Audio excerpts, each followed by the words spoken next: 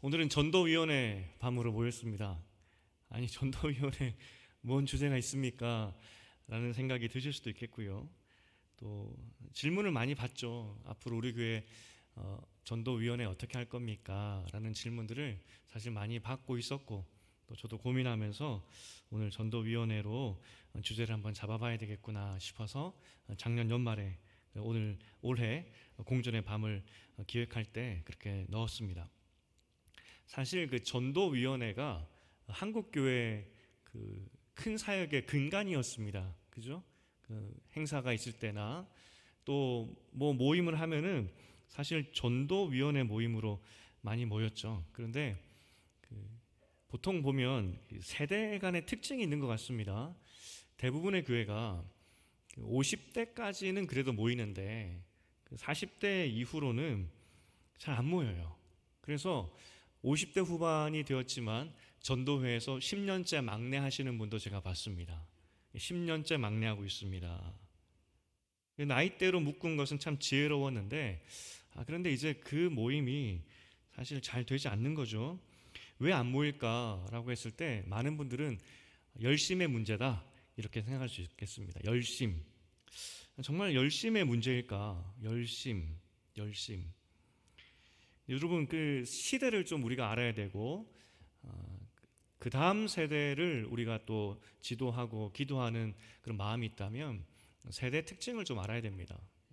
한 40대 정도로 볼까요? 요즘 청년들 40대 그 이하로는 왜 모여야 하는지 동기부여가 되지 않으면 모이지 않습니다.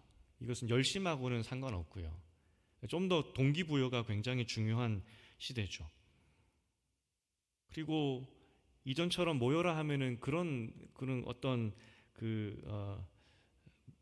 모여야 하기 때문에 모인다 이런 말도 통하지 않는 세대가 지금 이미 40대까지 나이가 올라왔죠.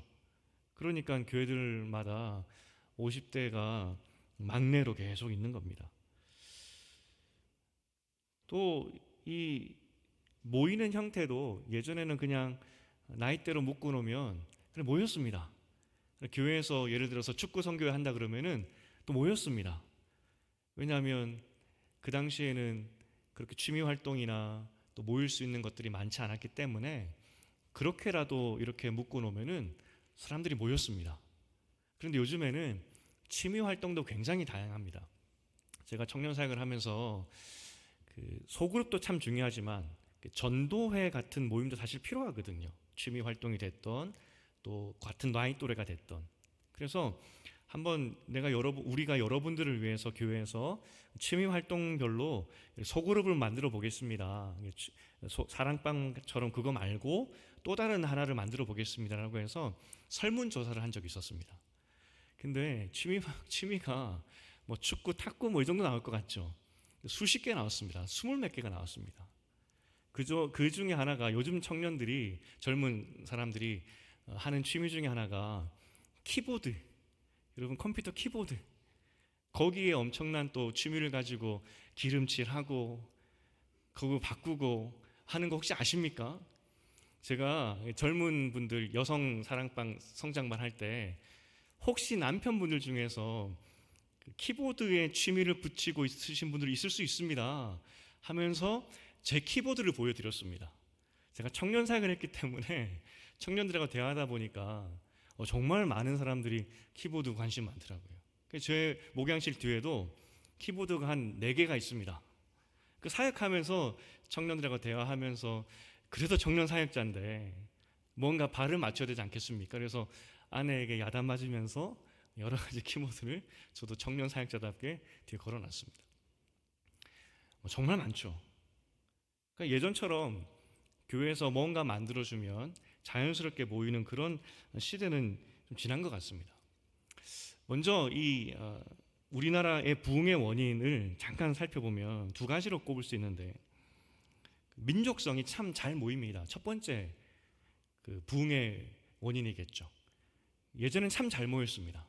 한국 교회 그리고 한국 민족만큼 잘 모이는 민족은 없는 것 같습니다.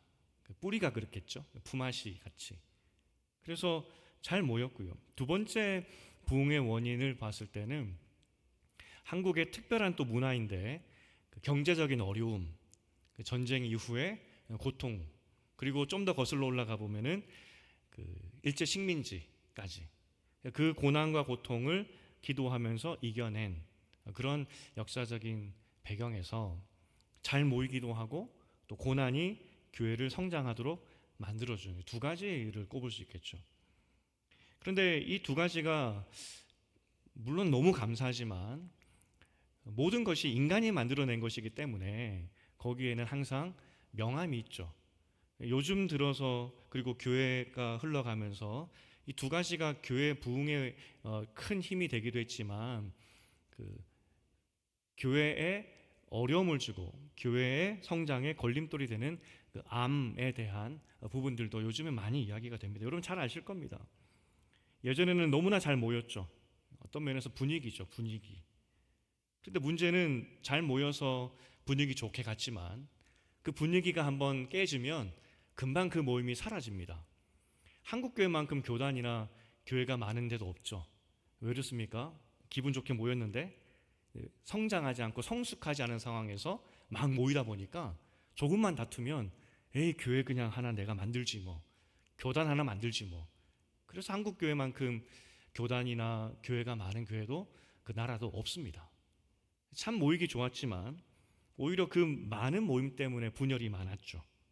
두 번째는 물질적 풍요를 경험했습니다. 기도하면서 어려움을 극복했죠. 너무 좋았습니다. 하지만 그 물질적 풍요를 극복했기 때문에 우리 착각이 뭐냐? 하나님께서 복을 내리시는 가장 어떤 눈에 보이는 것, 물질적인 축복. 물질적인 축복을 받지 않으면 하나님의 은혜를 받지 않은 것처럼 생각하는 세속주의. 그게 교회 안에 들어와 버렸죠. 항상 이 역사는 명암이 있습니다. 옛날이 다 좋다, 무조건 좋다라고 말할 수는 없는 것이겠죠. 지금 상황이 바뀌어서 문화도 바뀌었고요. 예전처럼 모이지 않습니다. 그리고 두 번째는 경제적인 것도 바뀌었습니다. 예전처럼 어려운 것도 아니고요. 물론 다음 세대 경제가 어렵다고는 하지만 또 우리가 여러분들이 경험했던 그러한 것하고는 다른 어려움 아니겠습니까? 어쨌든 우리가 좀 공전의 기쁨, 그 공전의 밤을 하면서 하나하나 사역을 보고 있는데 전도위원회 예전에 참 잘 됐는데 왜 안 될까? 덮어놓고 열심히 없다라고 생각하면 안 된다는 겁니다. 그리고 예전에 좋았는데 계속해야 되는 거 아니야? 그것도 우리가 좀 생각해 봐야 되겠죠. 지금 시대에 맞는 모습이 어떤 모습인지 고민해 봐야 된다는 겁니다. 키보드를 좋아하는 그 젊은이들 놓고 야 교회 와서 뭐 해봐, 안 오겠죠. 여튼 그런 문화가 많이 바뀌고 있습니다. 제가 저희 스승님이신데 학부 때 벌써 연세가 65세가 되셨더라고요. 그리고 지금 목회를 하고 계십니다. 그 티칭 사역을 교수 사역을 내려놓고 목회를 하고 계신데 오랜만에 어떻게 연락이 돼서 전화 통화를 명절에 하게 되었습니다. 근데 교수님께서 대뜸 야 이화여대 앞이니까 학생 많겠다 그러시는 겁니다. 근데 이 질문을 굉장히 많이 받았습니다. 교회 위치가 어디야? 어디입니까? 이화여대 앞이야. 이화여대 앞에 있습니다. 라고 말하면 그건 뭐 나이를 떠나서 대뜸 제일 먼저 하는 이야기가 학생 정말 많겠다입니다. 그때마다 제가 뭐라고 이야기하냐면 아시겠지만 상처받으면 안 되니까 잘 알겠지만 학교 앞에 교회가 있어도 청년들은 안 모이지 않습니까? 그렇게 이야기해요. 그러면 그럽니다. 이 교수님도 목사님 학교 앞에 교회가 있다고 이렇게 학생들이 자동적으로 오는 건 아니지 않습니까? 그랬더니 그렇지 그러더라고요. 그러니까 우리가 시대적인 고민 그리고 어떻게 해야 될지를 우리가 지혜롭게 생각해 봐야 된다. 덮어놓고 옛날에 잘 됐기 때문에 해야 된다. 그런 생각들은 잠깐 내려놔야 된다는 겁니다. 어쨌든 지금 세상도 변하고 정부도 변하고 기업도 변하고 또 심지어 교회나 이런 모습도 다 변하고 있습니다. 지금 많은 교회들이 사랑방으로 전환하고 있죠. 사랑방으로.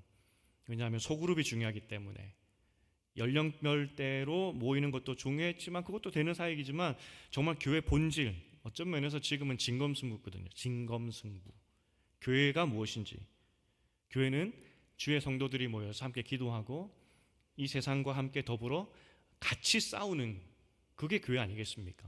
그것을 가장 잘 구현해낼 수 있는 것이 사랑방이기 때문에 많은 교회들이 그리고 목회데이터 연구소 같은 그런 단체에서도 사랑방을 계속 연구하고 또 지지하고 있는 겁니다.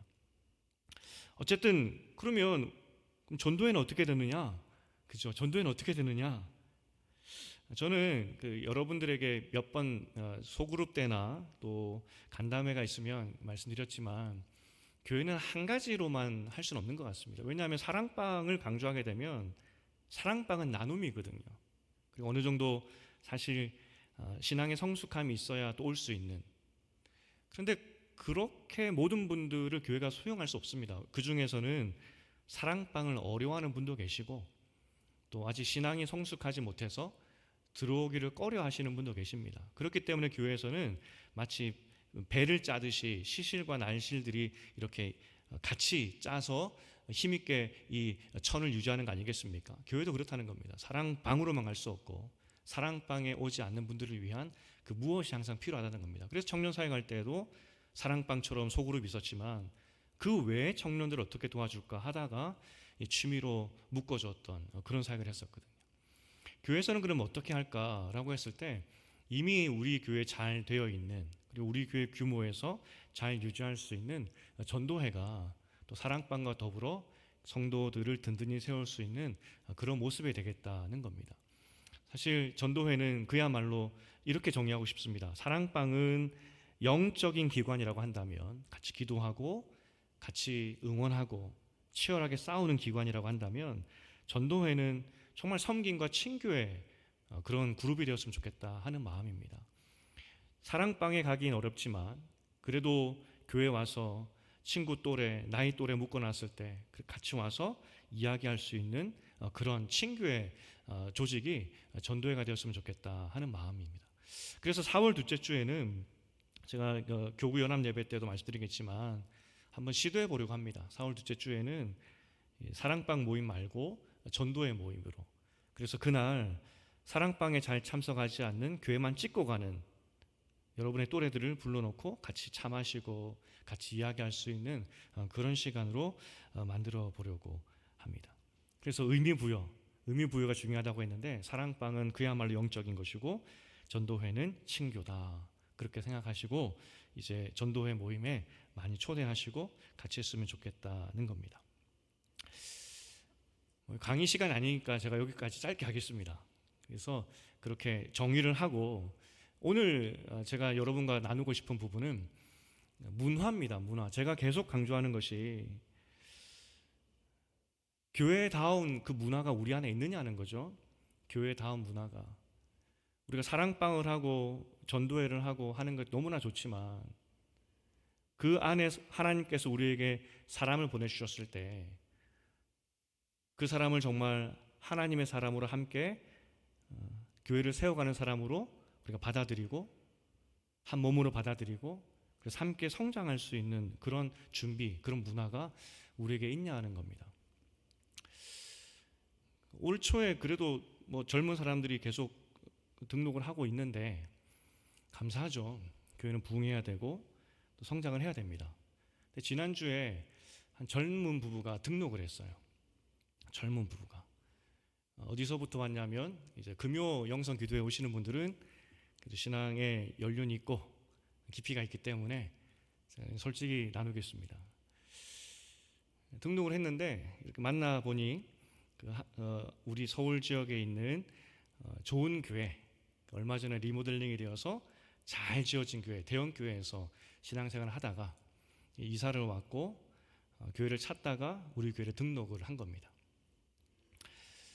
제가 교육자 회의 주일날 다 마치고 나서 교육자 회의 때 제가 교육자분들에게 뭐라고 이야기했냐면 왜 등록했는지 모르겠다.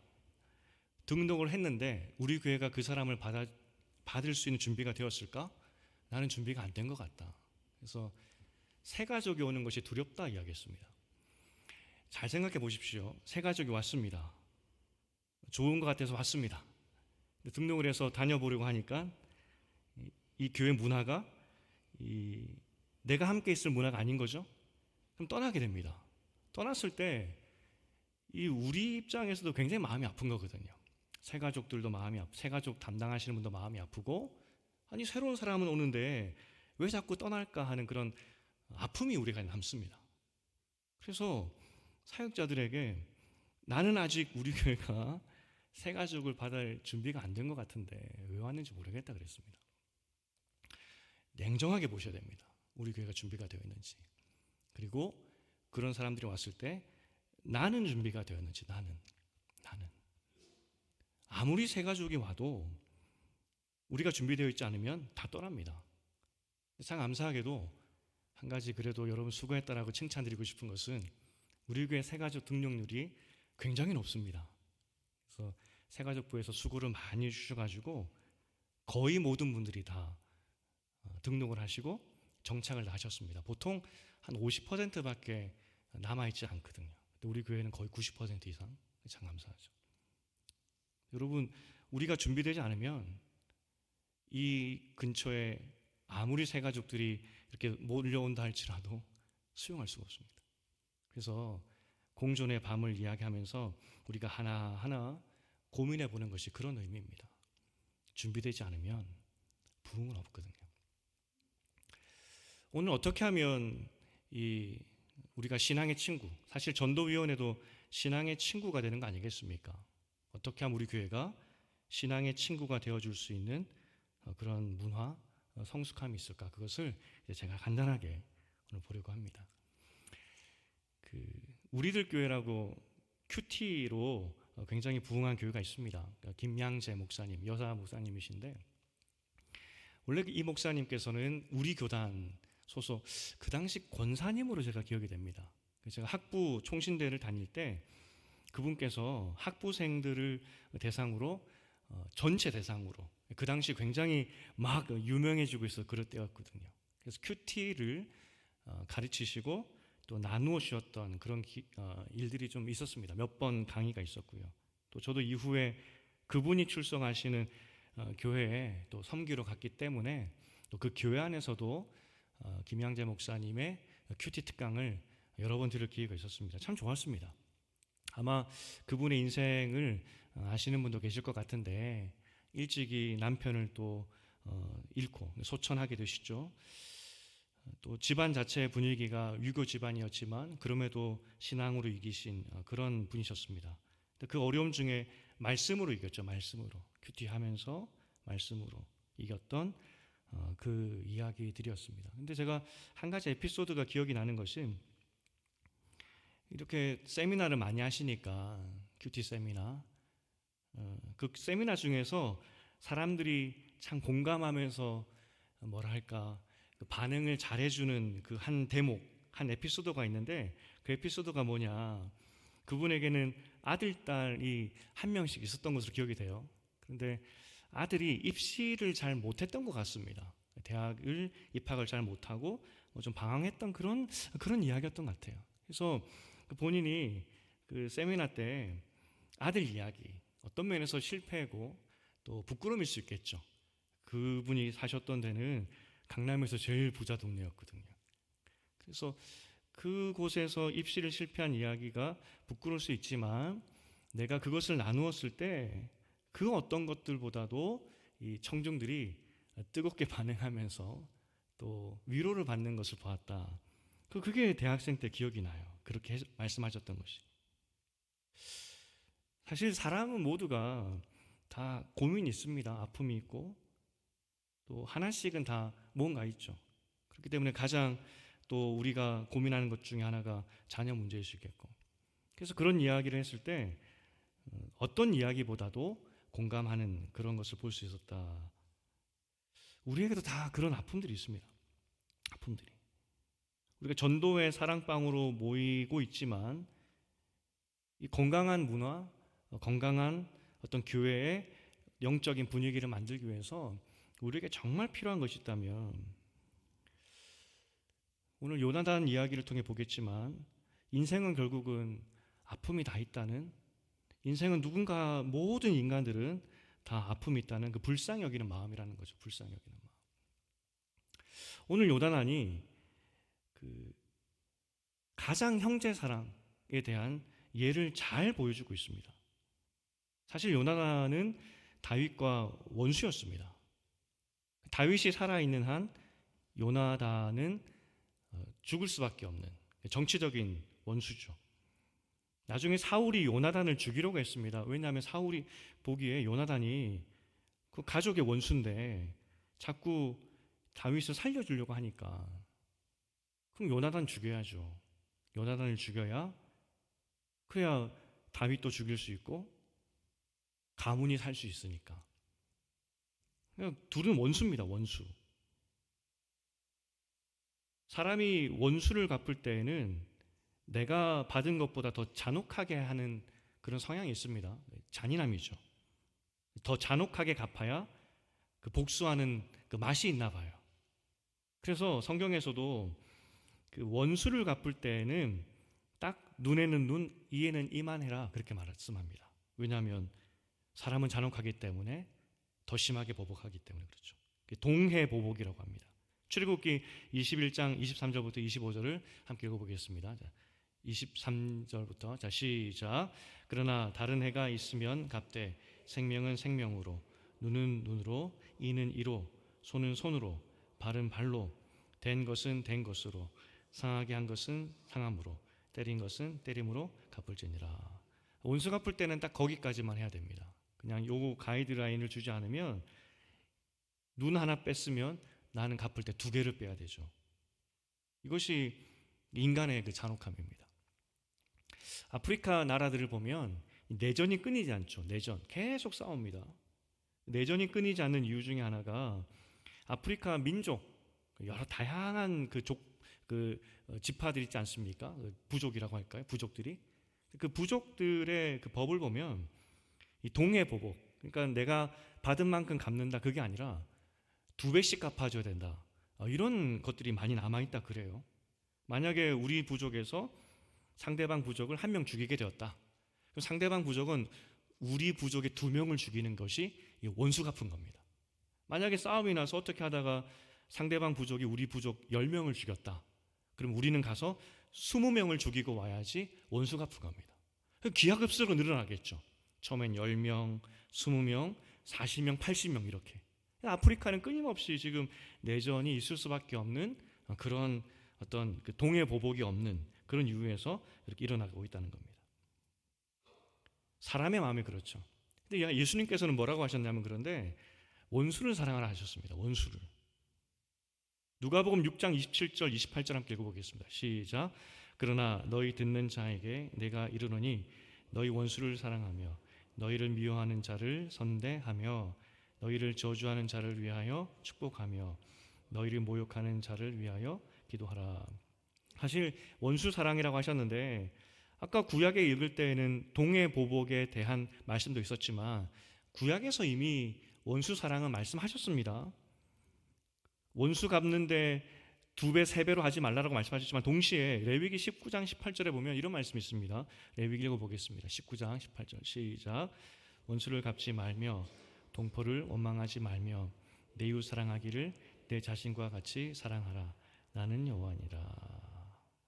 지금 요나단이 다윗을 사랑한 것은 원수를 갚지 말라는 내 몸처럼 사랑하라는 그 말씀을 완벽하게 실천해 낸 겁니다. 동해보복 그 정도가 아니라 레위기에 있었던 원수 사랑. 원수는 갚아야 미덕이고 인간의 도리라고 생각을 했는데 또한 동시에 하나님께서 몸처럼 사랑하라고 했기 때문에 요나단은 정치적인 정적이었던 다윗을 정말 사랑했습니다. 우리도 이웃사랑, 형제사랑을 하지 못할 이유가 많죠. 생각도 다르고 또 소리를 얼마나 또 다를 때 크게 내는지, 그렇죠? 행동도 내가 싫어하는 행동들을 하게 되는 것을 보게 됩니다. 문제는 모이면 모일수록 더 싫은 것이 더 드러나게 되죠. 여러분 사랑방 많이 모여야 됩니다. 또 전도에 많이 모여야 됩니다. 라고 말씀하지만 동시에 리더로서, 영적인 리더로서, 교회 리더로서 어떤 걱정이 드냐면 모이면 싸우는데 그런 걱정이 들어요. 영적으로 성장해 있지 않고 정말 내 몸과 같이 사랑한다는 그 문화가 없는 상황에서 모이면 그냥 싸웁니다. 그게 인간이기 때문에. 좋게 보였던 것도 싫게 보이게 되는 것이 사람이고, 처음엔 다 좋아 보이는데 점점 지내다 보면 나쁜 것이 보이는 것이 인간인데, 그러니 사실 모이는 것이 두렵습니다. 그래서 우리에게는 건강한 영적인 문화가 그 어느 때보다 필요하다. 정말 부흥을 원하신다면. 정말 부흥을 원하신다면. 그래서 오늘 여러분에게 이제 간략하게 어떻게 하면 내가 요나단이 될 수 있을까? 어떻게 하면 새로운 문화를 만들어야 되는데, 요나단처럼 내가 어떻게 이런 교회 안에서 새로운 문화를 만들어서 누가 오더라도 사랑방을 오든 전도회를 오든 주 안에서 하나가 될 수 있는 그런 분위기를 내가 스스로 만들 수 있을까? 어떻게 하면 할 수 있을까? 그래서 좀 보려고 합니다. 첫 번째는 앞서 잠깐 말씀드렸지만 인생을 알아야 됩니다. 인생을. 여러분, 인생을. 젊은 사람이 무슨 인생이냐? 인생을 알아야 됩니다. 인생을. 제가 재밌게 봤던 그 예전 그 이민교회 섬길 때 공부할 때 우리는 TV를 틀었는데 언더커버 보스라는 그런 TV 시리즈 쇼가 있었습니다. 어떤 거냐면 회사의 CEO가 그냥 속이고 말단 직원으로 입사하는 것을 몰래카메라로 보여주는 겁니다. 언더커버 보스라는. 그 편을 제가 뭐 우연히 봤는데 그 편의 주인공이 누구였냐? 미국에서 가장 큰 그 쓰레기 재활용하는 그 회사의 CEO, 그 사람이 주인공이 됩니다. 가장 높은 사람이죠. 그 사람이 신입사원으로 위장 취업을 하게 됩니다. 거기서 이제 부서를 돌아가면서 오리엔테이션 받고 사람을 만나고 하는 것들을 이렇게 몰래카메라로 촬영하게 되죠. 그 사람들은 아무도 몰라요. 그 사람이 CEO라는 것을. 회사가 크니까 당연히 얼굴도 모르죠. 같이 어떤 시간에는 이동실, 화장실도 그 회사에서 관리를 하더라고요. 그래서 한 남자와 함께 이동식 화장실도 막 청소를 하는 겁니다. 그런데 이게 우리가 생각할 때 청소하고 오겠지, 그게 아니라 대기업이라 그런지 모르겠지만 정말 타이트하더라고요. 시간 안에 정해져 있습니다. 몇 개를 해야 되고 몇 개 안에 그걸 해야 되고. 그러니까 그 잘 사는 나라에 뭐 그런 게 있겠나 싶겠지만 밥 먹을 시간도 없고 화장실 갈 시간도 없고 앉아서 쉴 시간도 없는 겁니다. 그렇게 일을 하는 겁니다. 그런데도 이동식 화장실을 청소하는 그 사람이 웃으면서 계속 일을 하죠. 또 미국 사람들의 특징이 또 말도 많지 않습니까? 가족 이야기도 하면 서스럼 없이 내가 가족 부양을 하면서 이 일을 한다. 그런데 너무 힘들어. 뭐 이런 이야기도 하고. 또 한 사람은 여자분이었는데 트럭 운전사였습니다. 쓰레기 트럭 운전사.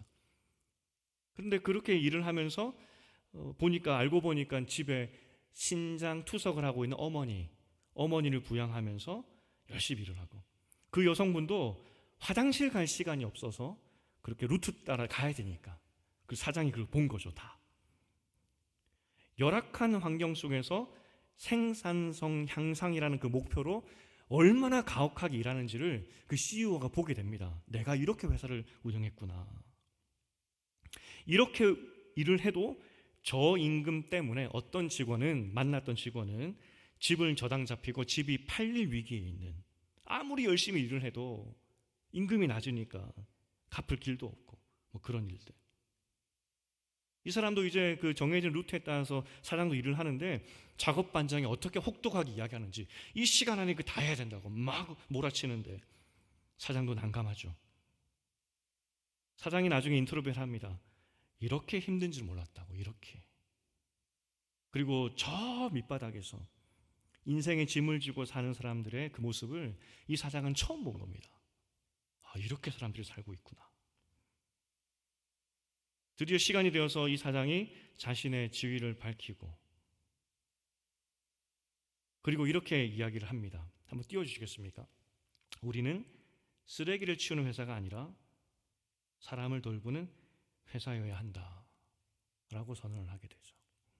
인생을 본 겁니다. 그 밑바닥을 고생하는 그 인생, 회사를 운영하는 기조를 바꿔버렸죠. 이전까지는 정해진 시간에 일을 해야 되기 때문에 밥 먹을 시간도 없고 화장실 갈 시간도 없었던 것이 그 회사였다면, 이렇게 하면 안 되구나, 그걸 알았다는 겁니다. 인생의 불쌍함을 안 거죠. 하나님도 우리 인생이 불쌍하다고 말씀하십니다. 그래서 천국을 만드신 겁니다. 세상과 버탈하지 말라는 그 말씀이, 세상은 영원히 죄악이고 세상에 사는 동안에 우리는 평안할 수가 없습니다. 세상에 사는 동안에 우리는 불쌍한 인생입니다. 시편 90편 10절을 보겠습니다. 자, 시작. 우리의 연수가 70이요 강간하면 80이라도 그 연수의 자랑은 수고와 슬픔뿐이요 신속히 가니 우리가 날아가나이다. 이것이 인생이라고. 전도서 2장 23절도 보겠습니다. 2장 23절 시작. 일평생에 근심하며 수고하는 것이 슬픔뿐이라 그의 마음이 밤에도 쉬지 못하나니 이것도 헛되도다. 이것이 인생입니다. 인생이 이러한데 어느 순간 우리는 그 인생이 얼마나 더덥고 헛되고 악한지를 다 잃어버렸습니다. 우리가 하나님 나라 갈 때까지 우리는 나그네고요, 나그네로 살아가는 동안에 우리를 동력자로 부른 겁니다. 한 팀 동력자. 이것을 잃어버린다면 우리는 함께 있을 이유가 없는 것이고 함께 있는 사람이 얼마나 귀한지도 모르는 거죠. 제가 전쟁 교육을 할 때, 교육을 받을 때입니다. 군대에서 교육을 받을 때 교관이 이 여러 가지 전쟁사, 우리나라 전쟁사도 있지 않습니까? 영화에 보면은 옆에 동료가 총에 맞고 쓰러졌을 때 그 옆에 그것을 본 군인이 눈이 뒤집혀 가지고 총알이 빗발치는데 막 달려나가는 것을 영화에 보셨죠?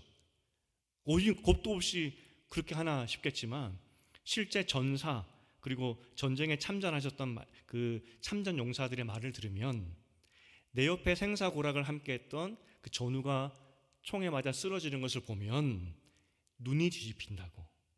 그렇게 교육을 받았습니다. 근데 반신반의하죠. 아무리 내가 동료가 넘어진다고 해도 총알이 빗발치는데 내가 갈 수 있을까? 그런 생각을 하고 있었습니다. 근데 얼마 전에 우크라이나 전쟁이 있었고 북한군이 포로로 잡혔지 않습니까? 그 포로로 잡힌 북한군 인터뷰를 제가 유심히 봤습니다. 그런데 북한군이 뭐라고 이야기하냐면 옆에 전우가 쓰러지는 것을 보니까 눈이 뒤집히더라고. 그렇게 이야기하는 거예요. 이게 전쟁이구나, 이게 전우회구나 싶었습니다. 교회는 세상과 악과 싸우는 겁니다. 그리고 나그네입니다. 영원한 본향을 향해 가는 것. 그리스도는 세상을 버타면 안 됩니다. 그리고 이 땅 가운데 살아가는 인생이 얼마나 불쌍한지 우리는 알아야 됩니다. 그래서 천국이 있다는 것을 기억해야 됩니다. 서로를 불쌍히 여기고 긍휼히 여기는 마음이 없다면, 이것이 교회에 없다면 세상과 다를 바가 없죠. 아까 CEO 그 쓰레기 공장 거기에서 모든 것이 어떤 그 이윤을 추구하기 위해서 사람을 쥐어짜는 것이 그 직장이었다면 교회도 그렇게 될 수 있다는 겁니다. 사람을 불쌍히 여기는 마음이 있는지. 결국 요나단은 다윗을 원수로 보지 않았고 불쌍한 청년, 불쌍한 동생으로 본 겁니다. 한 인생으로. 그리고 그 불쌍한 인생이 하나님 앞에서 두려워 떨고 있을 때 두려워하지 말라고 격려했던 것이 요나단이었죠. 교회에서 가장 중요한 것은 사람을 불쌍히 여기는 마음. 여러분, 모든 사람들이, 모든 성도들이 말 못할 고민과 인생의 아픔들이 다 있는 거 다 알고 있는데 우리도 마찬가지고 서로를 위한 긍휼의 마음, 불쌍히 여기는 마음이 있으십니까? 그 마음으로, 그 어려운 마음으로 본당에 찾아와서 예배를 드리고, 그리고 그 마음을 터놓을 수 있는 사람들을 찾아서 사랑방 가는 것이고 전도회 가는 것인데, 여러분들은 그 사람들을 향해서 두 팔 벌려 환영할 수 있는 그 환대 마음이 준비되어 있냐고요. 그것이 없다면 교회는 세상과 똑같겠죠. 세상의 CEO도 이렇게 살면 안 되는데 회사의 기조를 바꿔버립니다. 교회는 어떻게 되겠습니까? 그래서 우리가 새로운 문화라고 했을 때 우리는 하나님 앞에서 정말 불쌍한 사람들입니다. 인생은 불쌍하다. 그리고 이 땅 우리 벗이 아니다. 하나님 나라 갈 때까지 우리는 한 가족이라는 것을 기억해야 된다. 이것이 우리 문화 중심. 빠르게 두 가지만 보겠습니다. 두 번째는 한 가지 더 볼 것은 존재의 가치. 요나단이 어떻게 그렇게 다윗을 인정할 수 있었겠습니까? 너도 귀하고 나도 귀하다는 겁니다. 내가 귀하듯이 너도 귀하다는 겁니다. 곡하는 목사님께서 어떤 사람을 장로로 세워야 됩니까? 라고 했을 때 장로의 조건은 돈, 명예 그게 아니다. 자존감.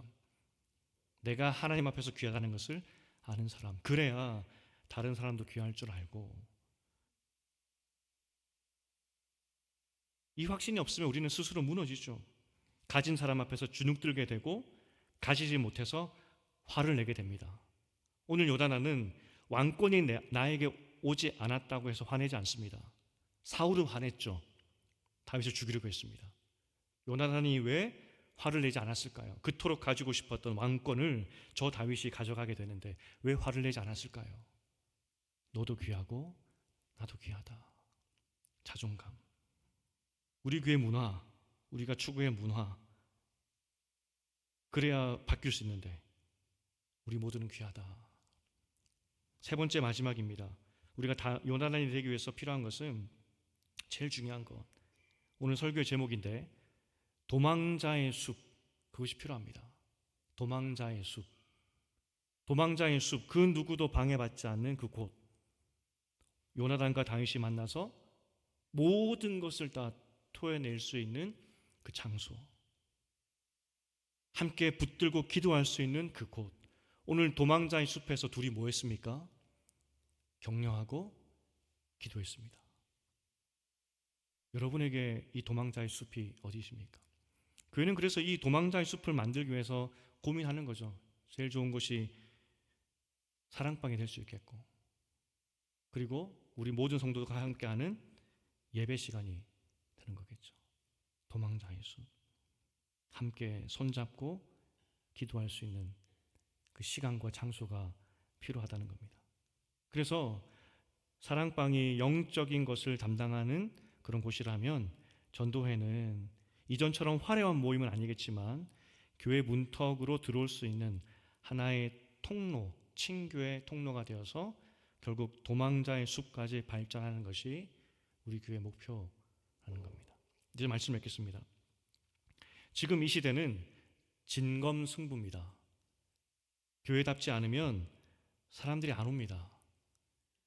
교회답지 않으면 왔다가 그냥 갑니다. 부흥은 그냥 오는 것이 아닙니다. 우리가 부흥을 꿈꾸고 뭐 그것이 우리의 목적은 아니지만 그래도 건강한 교회를 만들어야 되겠죠. 건강한 교회를 만들기 위해서는 내가 먼저 변해야 됩니다. 함께 도망자의 숲속에서 서로 불쌍히 여기며 긍휼히 여기면서 기도해 줄 수 있는, 너는 귀한 존재야 라고 말해 줄 수 있는 그런 영적인 분위기가 있어야 된다는 겁니다. 그것이 건강한 교회겠죠. 오늘 우리 교회 모임의 목표를 말씀드렸습니다. 우리의 모든 소그룹의 모임은 도망자의 숲이 되는 것이 목표입니다. 지치고 상하고 어디로 가야 될지 모르는 사람들이 나와 함께 손 붙잡고 기도하여서 용기 내게 하는 것, 이것이 우리 모든 소그룹의 목표라는 겁니다. 계속해서 우리 공존의 밤에 자주 부르는 찬양이 있습니다. 여정. 이것이 인생 아니겠습니까? 이것이 다 똑같은 인생 아니겠습니까? 함께 이 여정을 잘 걸어가게 하시고 함께 승리하는 교회가 될 수 있도록 도와주시옵소서.